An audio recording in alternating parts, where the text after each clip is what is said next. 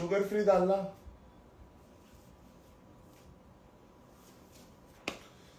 Hello guys, कैसे हो सारे? भाई साहब, टास्क हार गया था भाई साहब मैं। आज उस टास्क के बारे में बात करते हैं। चलो सुनो भाई, योगेश को भी बुला लो लाइव पर। भाई वो अभी इसका कॉल आया था मेरे पास, वो शूट कर रहा है कुछ, तो अभी तो नहीं बुला सकता मैं। Hello please take my name. Hi Neeta Dahal, कैसे हो आप? गाइस एक तो हाँ, मैं एक चीज़ बताना चाहता हूँ तुम सबको कि काफ़ी टाइम से मेरी दोनों आईडीज़ पे काफ़ी लोग मेरे को मैसेजेस कर रहे होंगे, मतलब 3 हफ्तों से।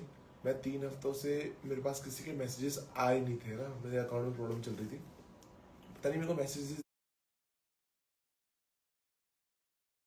दिख ही नहीं रहे थे किसी के भी रिक्वेस्ट पे। मेरे को लग रहा था, मैं मेरे को पता था रोज काफ़ी सारे डीएम्स आते हैं, बट आजकल आ नहीं रहे। मेरे को पहले डाउट भी था, बट मैंने अब वापस चेक करा, सब कुछ ऐसा ठीक ठाक सा हुआ ना थोड़ा सा, तो अब मेरे पास एक साथ इतने सारे मैसेजेस हैं सबके 3 हफ्ते से, जो मेरे से कुछ भी बोलना चाह रहे थे। तो मैं अब सबके मैसेजेस बहुत नीचे जाने पड़ रहे हैं मुझे, अगर किसी के मैसेज मुझे पढ़ने हैं तो। इफ़ वापस अगर मतलब तुमको वापस मैसेज करोगे तुम, तब तुम्हारा मैसेज ऊपर आएगा, तब मैं तुम्हारा मैसेजेस देख पाऊंगा।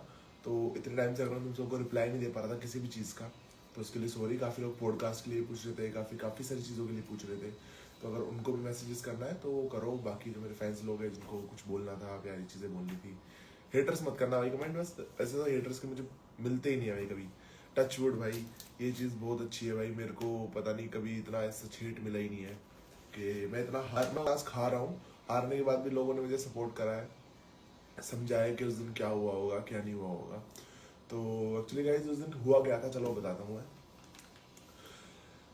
तो बात ये थी कि जब टास्क स्टार्ट हुआ था तो सबसे पहले ही 3 जनों का, 3 गैंग का पूरा प्रेशर मेरे ऊपर था, क्योंकि तुमको पता था जब फर्स्ट राउंड जो कर लेगा उसके बाद ही बाकी गैंग परफॉर्म कर पाएगी, वरना कर ही नहीं पाएगी परफॉर्म, जैसे हुआ एक्चुअली।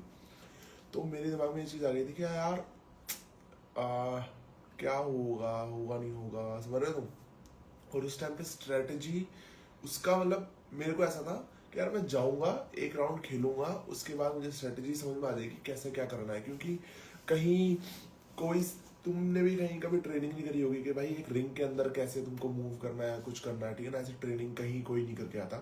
तो जस्ट उसकी एक स्ट्रेटेजी होती है जिसको पहले समझ में आ जाती है, वो जीत जाता है। जैसे ही वो उस चीज़ के साथ हुआ था, घुमाने वाले के साथ, है ना। मेरे को बाद में समझ में आ गई थी कि मैं लगातार करने लग गया था, पहले मेरे से हो नहीं रहा था। तो वही सीन था, मैं काफ़ी कॉन्फिडेंट था। पर मैं, और मुझे ना काफ़ी लोगों, नेहा मैम मेरे पास आके, रिया मैम ने आके, एलविश भाई, प्रिंस भाई ने उस दिन बोला था मेरे को, योगेश को, कि आज तुम दोनों को देख के लग रहा है आज गुरमीत और प्रिंस परफॉर्म कर रहे हैं साथ में। तो ना इतने बड़े बड़े टैगलाइंस दे दिए थे हमको। नेहा मैम बोलने लगी थी मैं तेरी फैन हूँ, पता नहीं क्या क्या क्या, बहुत ज़्यादा उस दिन ना बहुत बिल्डअप हो गया था। क्योंकि तुम्हारी नज़रों में भी और वहाँ पर भी ऐसा था कि 2 बेस्ट कॉम्पिटिटर आपस में लड़ने वाले हैं आज, है ना। आपस में बेस्ट टास्क होने वाला है, 1v1 होने वाला है बेसिकली।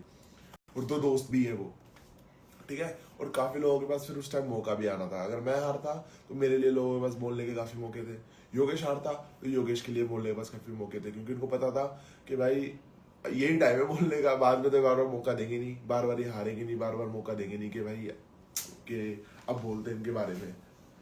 तो वही हुआ उस दिन। काफी कॉन्फिडेंट था, सब कुछ था सामने, योगेश था, ठीक है। ऑफ कोर्स योगेश के लिए भी मैं, हम स्टार्टिंग से एक दूसरे को बोलते आते थे कि या तो मैं उसको टक्कर दे सकता हूँ या मुझे वो टक्कर दे सकता है, क्योंकि हम दोनों का काइंड ऑफ फोर्टे सेम है ना। दोनों ही स्पोर्ट्स काफी खेला है लाइफ में, ना। दोनों ही फ्लेक्सिबल, एजाइल, टॉल, स्ट्रेंथ, सब कुछ सेम सेम थी हमारी, है ना, पर्सनैलिटी।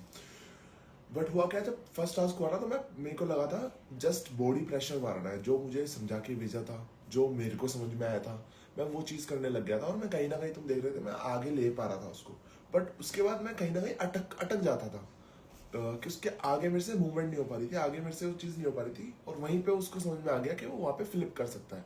वो हल्का सा थोड़ा पतला है, तो शायद उसके लिए ईजी होगा। बट मैं उस टाइम पर अगर फ्लिप करने की सोच भी रहा था ना, तो मेरे को पता था कि बहुत अटक अटक के फ्लिप करूंगा मैं, और उस वजह से मोमेंटम चला जाएगा, ठीक है। तो जब वो पहला